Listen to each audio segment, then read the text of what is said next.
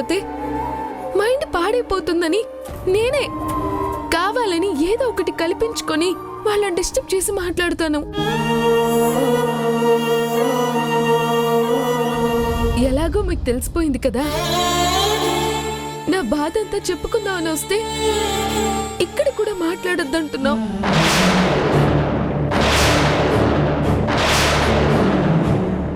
అలాగే అక్క, మాట్లాడను, నేనేం మాట్లాడను.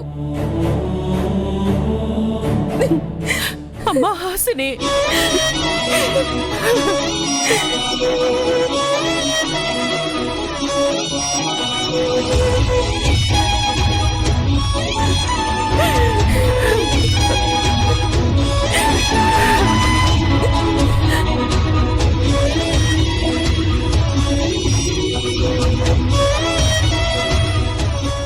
ఎందుకమ్మా, ఎందుకు ఎన్ని రోజులు ఇంత బాధని ఎందుకు నీలోనే దాచుకున్నావు? ఈ అమ్మతో కూడా చెప్పాలనిపించలేదా అమ్మా? లేదమ్మా, నేను విడాకులు ఇస్తానన్నప్పుడు తను నాతో చాలా మంచిగా ఉన్నాడు. అతను నిజంగా మారిపోయాడని నేను అనుకున్నానమ్మా.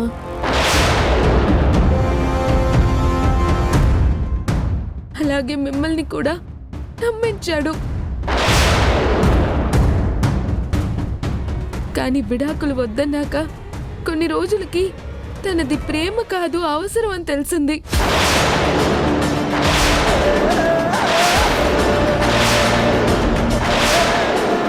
నటనా అని తెలిసింది. వెంటనే మొహం మీద కొట్టి ఇక్కడికి వచ్చేయాల్సింది. నాకు అంత ఆవేశం వచ్చిందక్క. కానీ వదిలేసి వస్తే శాశ్వతంగా వదిలేసుకోవాల్సి వస్తుంది కదా. అప్పుడే అమ్మమ్మ నాకు మంచి విషయం చెప్పి నేను దారి తప్పిపోకుండా చూసింది. ఇప్పుడు బాగున్నట్టు ఉన్నవాడు రేపు మళ్ళీ చెడ్డవాడిలా మారిపోతే నేనేం చేయాలి అని అడుగుతున్నా. బాగు చేసుకుంటాం. బాగు చేసుకోవాలా? భార్యాభర్తలన్నాక గిల్లి కజ్జాలు పెట్టుకోవడం, సంసారం అన్నాక చిన్నా చితకా గొడవలుండడం మామూలే. అలా అని వాటి గురించి పచ్చని సంసారాన్ని పాడు చేసుకోకూడదు. ఇంతేనేమో ఇంతేనేమో ఇంతవరకేనేమో అంతేనేమో అంతేనేమో అంతు. నాకు విక్కీతో మళ్ళీ గొడవలైతే ఏం చేయాలని అడిగితే విడిపోకూడదని, భర్తని మార్చుకోవాలని చెప్పింది. అయ్యో నా తల్లి, అప్పుడు నువ్వేదో మాట వరుసగా అడిగావనుకున్నానే. నిజంగా నీకంత కష్టం వచ్చిందని నేను అనుకోలేదే. నువ్వు నాతో అక్కడ ఉండడం వల్ల అప్పుడు నువ్వు నాకు చాలా విలువైన మాటలు చెప్పగలిగావమ్మమ్మ.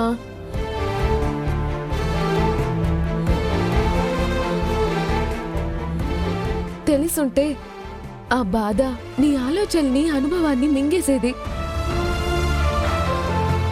ఖచ్చితంగా ఇంకొకటేదో చేసేదానివి. హాసిని, నీ మాటలు వింటుంటే నువ్వు మా నుంచి ఎలాంటి రియాక్షన్ ఉండకూడదని కోరుకుంటున్నట్టుగా అనిపిస్తుంది. అవును బావగారు, ఈ విషయం తెలిసాక మీరంతా బాధపడతారని తెలుసు. వెంటనే ఏదో ఒక స్టెప్ తీసుకుంటారని తెలుసు. అందుకే అలాంటివేమీ వద్దని చెప్పడానికే నేను వచ్చాను. అదేంటి హాసిని, వాళ్ళు నిన్ను ఇంత మోసం చేసి అంతలా బాధ పెడుతుంటే మమ్మల్ని ఎవరిని ఏం మాట్లాడుతుంటావా? మీరొచ్చి మాట్లాడితే మా అత్తగారు గొడవ పెంచుతుందే గాని తగ్గదు.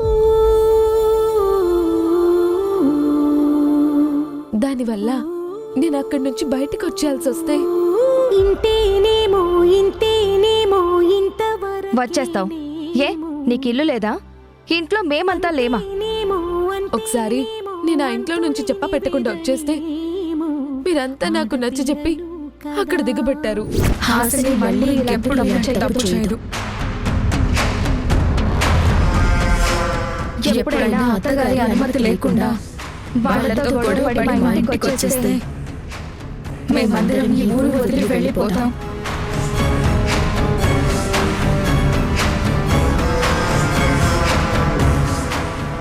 అని ఊరి పెద్దల ముందు ప్రమాణం చేస్తున్నాం.